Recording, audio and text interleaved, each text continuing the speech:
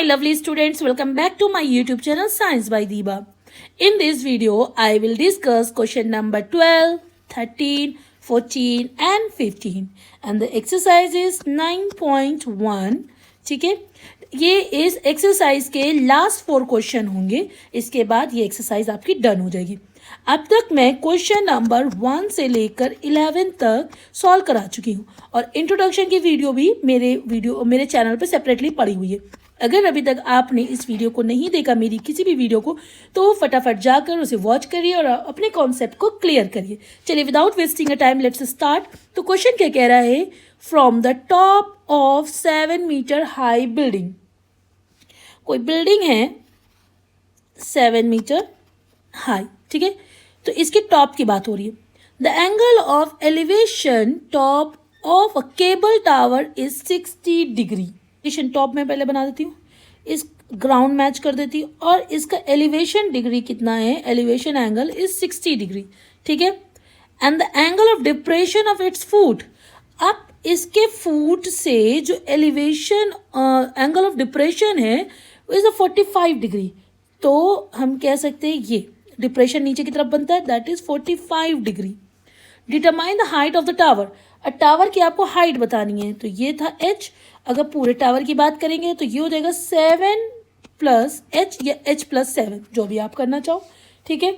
और ये इधर बना हुआ है तो हम इधर भी 7 का बता देते हैं और इसको मैच कर लेते हैं 7m. अब हमें पता है कि ये एंगल 45 है, तो ये भी एंगल हमारा कितना हो जाएगा? 45 डिग्री हो जाएगा. किस वजह से? ऑल्टरनेट इंटीरियर एंगल की वजह से, ठीक है.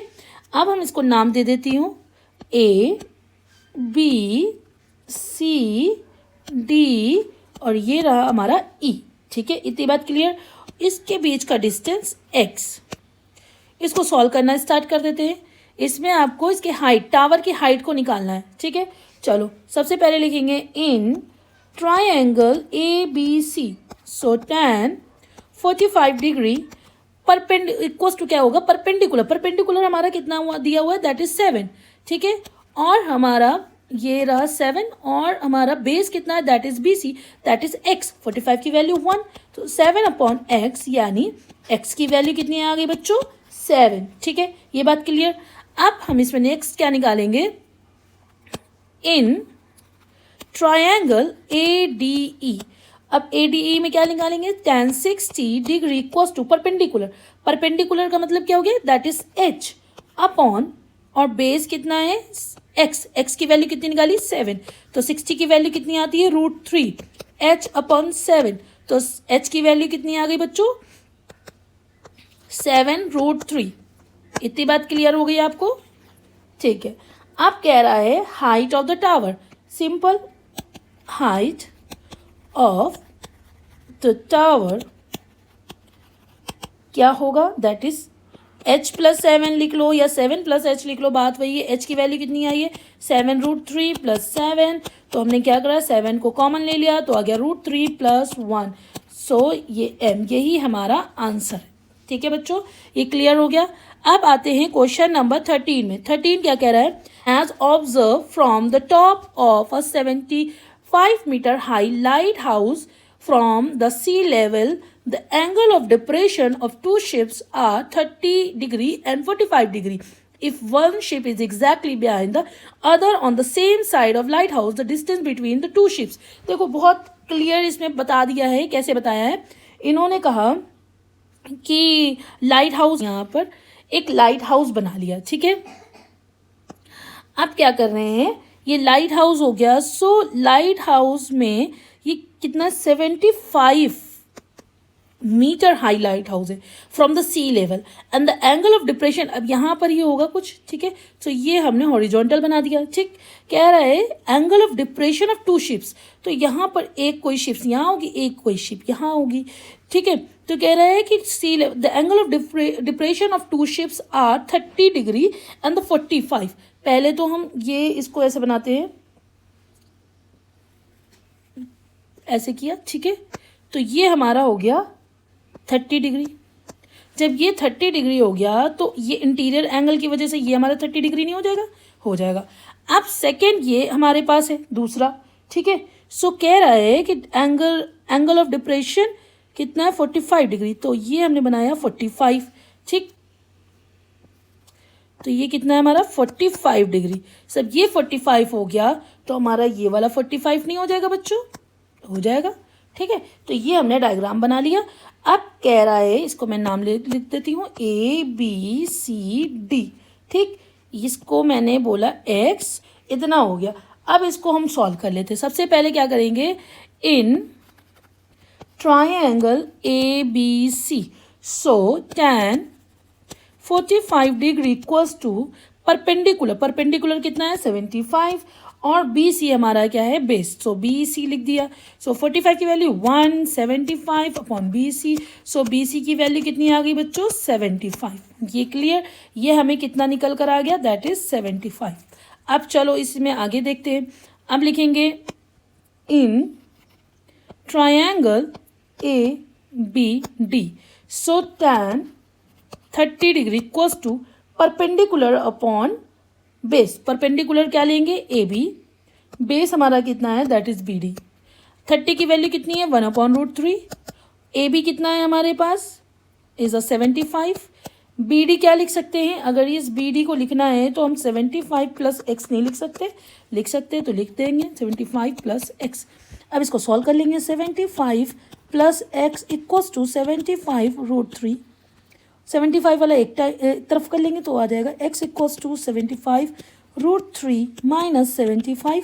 सो 75 मैंने कॉमन ले लिया तो ये आ जाएगा √3 माइनस 1, x की वैल्यू इतनी आ गई। सो ये हमने क्या निकाल दिया x, ये हमारा CD की वैल्यू हमें निकल कर आ गई, ठीक है। और अगर हमें ये पूरा BD निकालना होता तो क्या कर देते 75 प्लस x, तो 75 की वैल्यू 75 तो एज इट इज, x की वैल्यू 75√3 माइनस 1, सो 75 कॉमन ले लेंगे तो ये आ जाएगा 1 प्लस √3 माइनस 1, सो 75 1 प्लस √3 माइनस 1, माइनस और ये कट जाएगा तो ये क्या आ जाएगा 75 ब्रैकेट में √3, सो ये हो जाएगा हमारा 75√3, ठीक है। क्लियर बच्चों? चलो अब क्वेश्चन नंबर हम 14 में आते हैं। 14 क्या कह रहा है, a 1.2 metre tall girl spots a balloon moving with the wind in horizontal line at a height 88.2 meter from the ground। तो सबसे पहले हम इसका डायग्राम बनाएंगे। सबसे पहले एक 1.2 मीटर टॉल गर्ल है, यहाँ पर बलून है, ठीक है, ये बलून है। कह रहा है 1.2 metre tall girl spots a balloon moving with wind in horizontal, ये हॉरिजॉन्टल लाइन है, बलून मूव करके यहाँ भी आ गया, ठीक है। हाइट कितनी है इस 88.2 मीटर, ठीक है। अब कह रहा from the ground the angle of elevation of the balloon from the I of the girl at any instant is 60 degree, यानी ये इसकी आई होगी, यहाँ से ये बलून ऐसे देख रही होगी, ठीक है। तो यहाँ से ये ग्राउंड लेवल को मैच करते हैं और यहाँ से ये इसको ऐसे मैच करेंगे, ठीक है। तो ये कितना एंगल है दैट इज 60 डिग्री, ये पूरा। फिर कह रहा है after some time the angle of elevation reduce, अब यहाँ से फिर से वो देखेगी कहाँ पर, इस जगह पर, और एंगल ऑफ एलिवेशन रिड्यूस कर गया तो ये कितना हो जाएगा दैट इज 30 डिग्री। कितना हो गया बच्चों 30 degree. Find the distance travel by the balloon, यानी इसको मैच कर देते हैं, ट्रैवल किया यहाँ से लेकर यहाँ तक बलून ने ट्रैवल किया, ठीक है। तो ये हमें डिस्टेंस को फाइंड आउट करना है। चलो करते हैं। सबसे पहले तो मैं इसको नाम लिख देती हूँ, दैट इज ABCDEFG और ये रहा H, ठीक है। इतना क्लियर बच्चों? अब इसमें हमें क्या निकालना है, ये है वर्ड यानी x हमें निकालना है इसमें, ठीक है।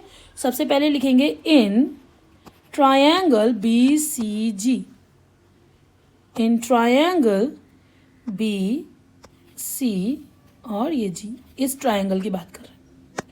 तो लिखेंगे tan 60 degree equals to perpendicular, perpendicular का मतलब क्या हो गया, सी जी अपॉन बेस का मतलब बी जी, ठीक है। अब सी जी और बी जी पहले हम निकाल लेते हैं, कैसे निकालेंगे। अब यहाँ पर आप देखोगे एफ जी की वैल्यू क्या होगी, ये एफ जी की वैल्यू, इस एफ जी को अगर हम ए बी के बराबर लिख देंगे तो ये हो जाएगा ना, ये आमने सामने की बराबर है, ये तीनों बराबर हो जाएगी। तो हम यहाँ लिख सकते हैं A B equals to F G equals to H E equals to क्या, कितना 1.2, ठीक है। दूसरा क्या लिख सकते हैं, सी जी, ठीक है। सी जी क्या है, ये वाली ऊपर वाली वैल्यू की बात हो रही है, दिस, ये सी जी किसके बराबर है हमारा, ये हमारा एच डी के बराबर है, ठीक है, ये दोनों। तो हमें तो इसकी वैल्यू पता नहीं है, इसकी वैल्यू पहले पता करते हैं।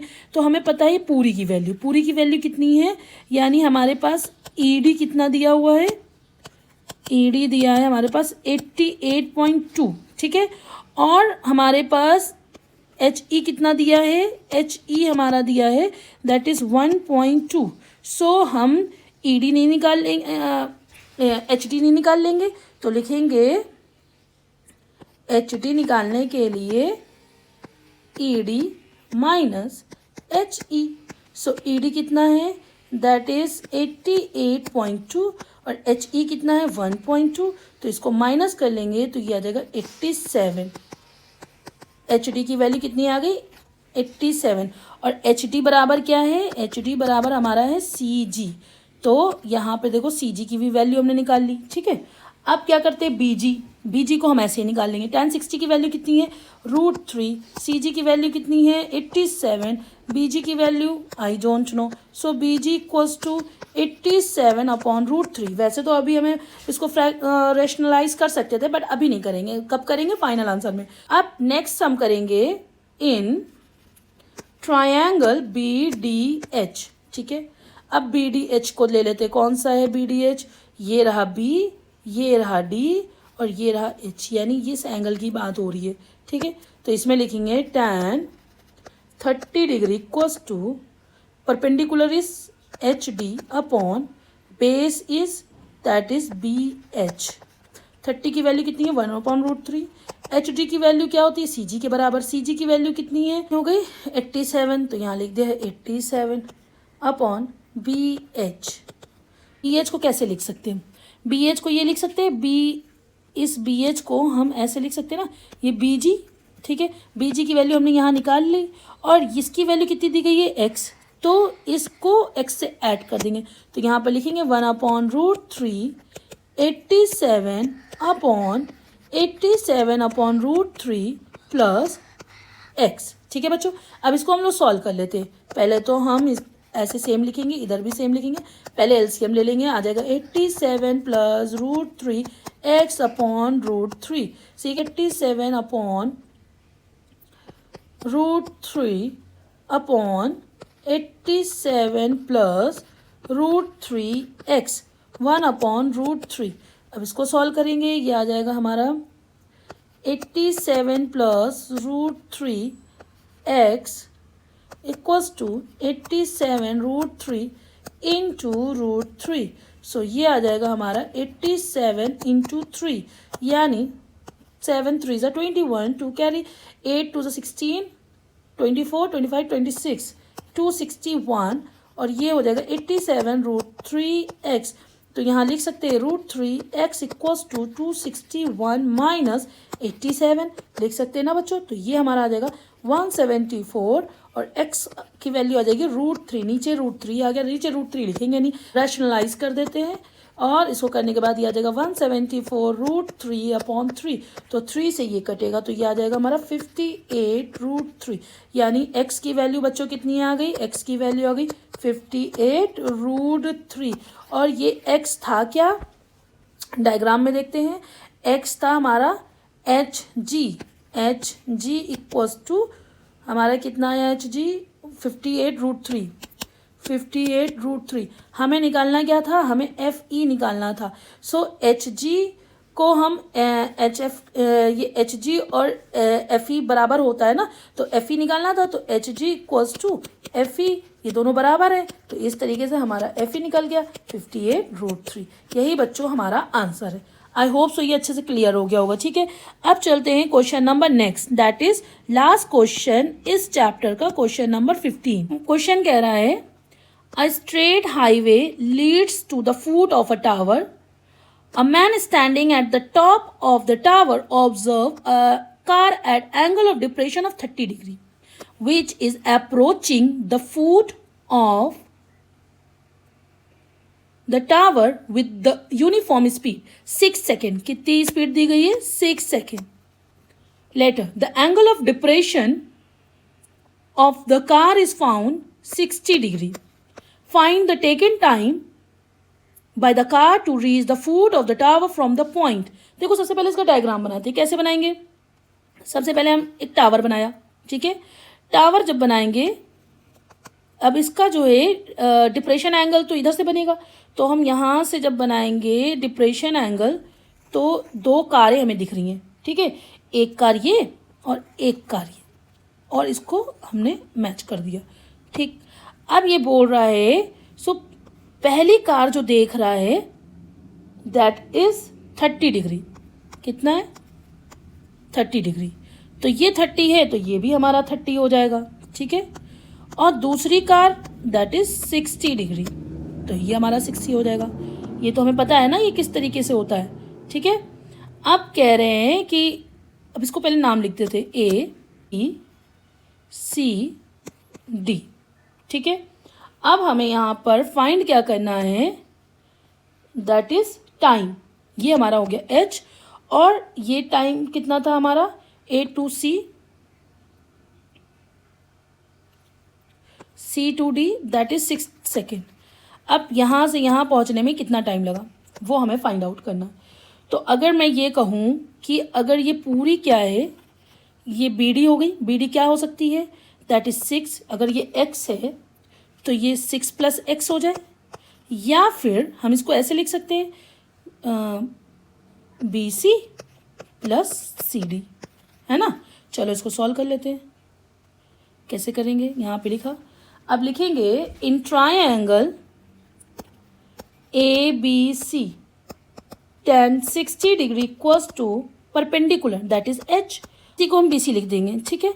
अब यहाँ पे 60 की वैल्यू √3 H/BC। सो BC निकालने के लिए लिखेंगे H/√3, ठीक है। अब हमें H निकालना है, सो H√3 BC। क्लियर? ये वाला हमने हाइट निकाली। अब लिखेंगे इन ट्रायंगल ABC यानी tan 30 degree equals to perpendicular is H और बेस इज BD। 30 की वैल्यू कितनी होती है? 1/√3। H की वैल्यू हमने यहाँ फाइंड आउट करी है, लिख देंगे √3 BC/BD, ठीक है। और BD को हमने क्या लिखा था? BD को हम लिख सकते हैं BC + BD, तो √3 BC/BC + CD लिख सकते हैं 1/√3।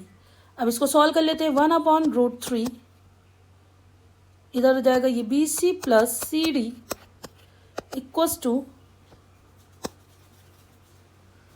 ये आ जाएगा 3BC। So CD equals to 3BC - BC, CD equals to 2BC। यानी जो भी नंबर होगा वो ट्वाइस होगा BC का। सो अगर मैं CD यहाँ पे कितना दिया हुआ, CD है 6 सेकेंड, तो मैंने यहाँ 6 सेकेंड लिखा, और 2BC है। सो BC निकालने के लिए 2 से डिवाइड हो जाएगा, 2 3 6, यानी आंसर कितना आएगा? 3 सेकेंड। आई होप सो ये क्लियर हो गया होगा आपको, ठीक है बच्चों। ये क्वेश्चन हो गया इस चैप्टर का, ये लास्ट क्वेश्चन था जो कि यहाँ सॉल्व हो गया है। अगर आपको कोई भी डाउट आता है तो आप मुझे DM कर सकते हैं, या फिर मेरी वीडियो को रिवॉच कर लीजिएगा, तो आपको कॉन्सेप्ट क्लियर हो जाएगा। Thank you so much and keep support me.